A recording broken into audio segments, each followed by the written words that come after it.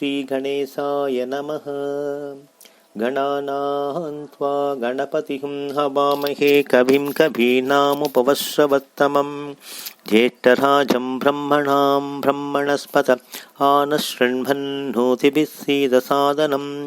ॐ श्रीमहागणपतये नमः।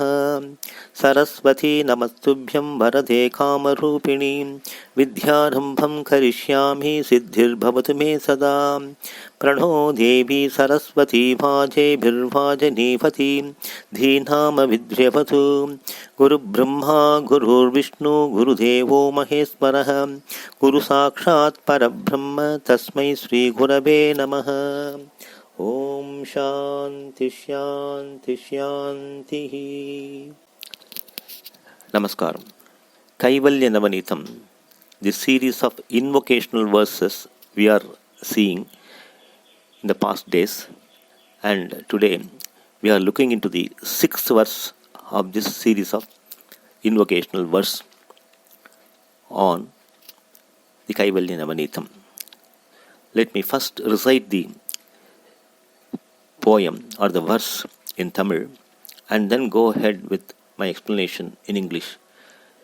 Explanation in English is for the benefit of the young children who are only following English these days. Tamil has become a rare thing for them. So only to make them understand, I am making a try to explain in English. Now let me go through the verse. படர்ந்த வேதாந்தமென்னும் பார்க்கடல் கொண்டு 300 குடங்களில் நிறைத்து வைத்தார் குறவர்கள் எல்லாம் காட்சி கடைந்தெடுத்து அளித்தேன் இந்த கைவல்ய நவநீதத்தை அடைந்தவர் விடயமன் தின்றலைவரோ பசியிலாதே. There are some key words in this verse. குறவர்கள், கொண்டு 300 குடங்கள், விடயமன். All this have a in-depth meaning. We cannot go so deep into the meaning of this, but I will make an earnest effort to give a simple meaning so that it can reach the understanding of those people who are following this. Thandavaraya Swamigal proceeds further with a few more invocational verses, paying tributes to the various aspects of our traditional treatises. He makes an adoration of the richness of contents of Vedas, Upanishads, and numerous other treatises, carried on as Shruti for generations. He mentions the rishis as Kuravargal. Chaturveda, the Rik, Yajur, Shama, and Atharvana are Apaurushikas. Apaurushika means the one which does not have any author. And these Apaurushikas are the prana of Ishvara.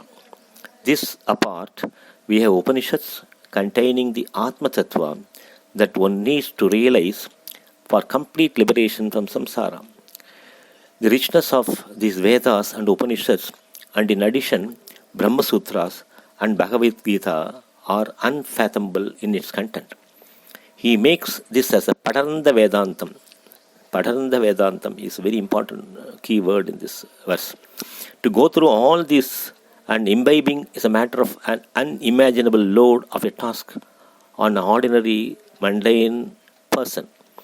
Turning totally compassionate over the plight of these samsaris, Thandavaraya Swamigal, as guided by his Guru Narayana, chooses to condense these contents of these texts in a simple but a very comprehensible manner, just as the one who tries to get butter out of milk.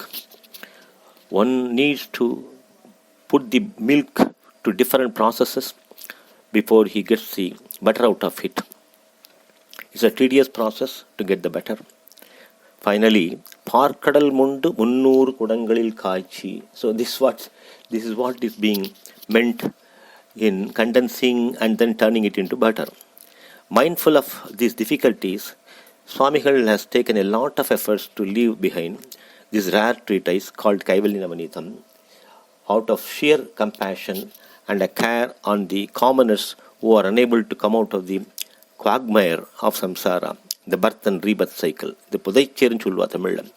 புதைச்சேரில் காலை வச்சுட்டோம்னாக்க one has to get drowned only. There is no relief at all. The samsara is like that. So you'll have to fight and get this relief out of that Budaishya, the quagmire.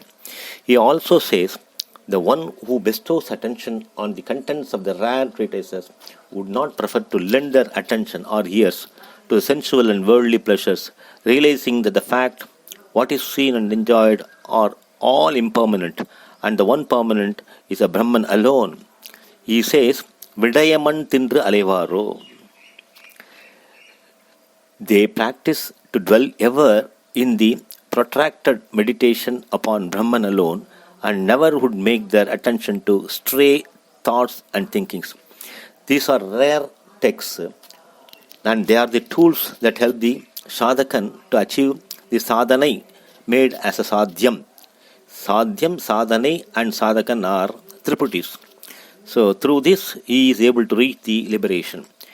The universe is an illusion and a creation of the mind, and the liberation involves the erosion of all these sensory thoughts whirling in the minds.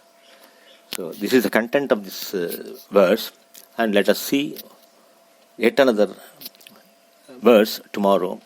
That will be the final one in the invocational order of the Kaivalya Navaneetham. We'll see it tomorrow. Thank you. Om Shanti Shanti Shanti.